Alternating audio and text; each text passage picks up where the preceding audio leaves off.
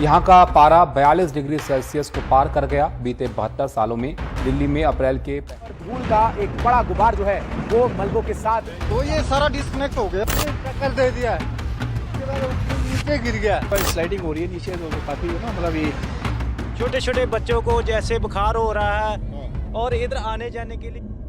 आजकल हर news channel खोलो तो हर जगह एक ही हेडलाइन दिखाई देती है, तबाही का मंजर। कहीं रिकॉर्ड तोड़ गर्मी से बेहाल थे लोग, कहीं बारिश ने कहर ढा दिया और कहीं भूकंप और बाढ़ ने ज़िंदगी को थाम दिया। ये मंजर अब साल में एक या दो बार नहीं बल्कि हर साल और लगातार दिखाई दे रहे हैं। और इस साल तो हालात और भी बिगड़ गए हैं। गर्मी ने सारे रिकॉर्ड तोड़ दिए और अब बारिश और बाढ़ ने इसे खतरनाक बना दिया। दोस्तों, सवाल है कि आखिर ऐसा हो क्यों रहा है और क्यों मौसम का ये कहर दिन ब दिन बढ़ता जा रहा है। दोस्तों, सोचो, एक दिन आप दिल्ली की सड़कों पर निकल गई और थर्मामीटर 52 डिग्री सेल्सियस दिखाए। सड़क पर चलना ऐसा हो जाए आप ओवन के अंदर हो। क्या ये सिर्फ इमेजिनेशन है? बिल्कुल भी नहीं, क्योंकि मल्टीपल साइंटिफिक रिपोर्ट के हिसाब से अगर क्लाइमेट चेंज इसी स्पीड से बढ़ता रहा तो 2050 तक दिल्ली का टेम्परेचर 50 डिग्री सेल्सियस से ऊपर जा सकता है। दिल्ली ने अपना all time record 49.2 degree Celsius मई 2022 में टच किया था। IMD के डाटा के हिसाब से पिछले 50 सालों में दिल्ली का एवरेज समर टेम्परेचर लगभग 2 डिग्री सेल्सियस बढ़ चुका है दोस्तों। और IPCC और नासा के क्लाइमेट प्रोजेक्शन मॉडल्स वार्न करते हैं कि अगर हमने ग्रीन हाउस गैसेस कंट्रोल नहीं की तो 2050 तक ये और 3 से 4 डिग्री राइज करेगा।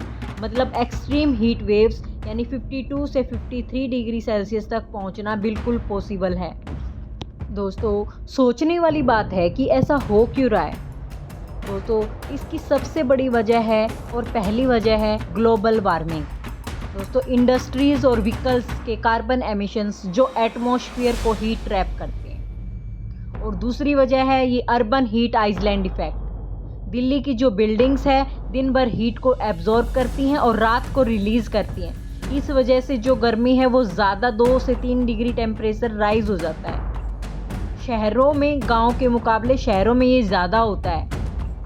और तीसरी वजह है पोल्यूशन डोम, यानी कि दिल्ली की हवा में डस्ट और पार्टिकल्स बहुत ज़्यादा हैं और वो एक चद्दर की तरह बिहेव करते हैं जो गर्मी को और अंदर फंसा देते हैं। लेकिन पिक्चर अभी ख़त्म नहीं हुई है। कुछ शहरों ने प्रूफ दिया है कि सॉल्यूशंस पॉसिबल हैं। दोस्तों, अहमदाबाद ने 2013 में हीट एक्शन प्लान बनाया था जिसमें अर्ली वार्निंग सिस्टम और कूल शेल्टर्स क्रिएट हुए और रिजल्ट 1200 डेथ से गिरकर 20 हो गई। सिंगापुर ने हर बिल्डिंग्स पर ग्रीन रूफटॉप और वर्टिकल गार्डन्स कंपलसरी कर दिए और अपने शहर को एक कूलर की तरह बना दिया। जर्मनी अपनी 50% से ज़्यादा इलेक्ट्रिसिटी रिन्यूएबल से जनरेट करता है। दिल्ली भी ये सब अपना सकता है। Solar rooftops, rain water harvesting, electric vehicles और ग्रीन कवर को प्रायोरिटी देना होगा। तो दोस्तों, 2050 का दिल्ली एक हीट बबल सिटी बनेगा जहां सर्वाइव करना मुश्किल हो जाएगा, या ये एक सस्टेनेबल ठंडा और थोड़ा हरा भरा शहर। ये डिसीजन हम सब के हाथ में है। और आपको क्या लगता है कि दिल्ली गवर्नमेंट का पहला स्टेप क्या होना चाहिए? अपना सजेशन कमेंट में बताइए। बेस्ट सजेशन को हम अगले वीडियो में फीचर्स करेंगे और इस वीडियो को शेयर ज़रूर करिए ताकि लोग समझ सकें क्लाइमेट चेंज कल की प्रॉब्लम नहीं आज की भी है।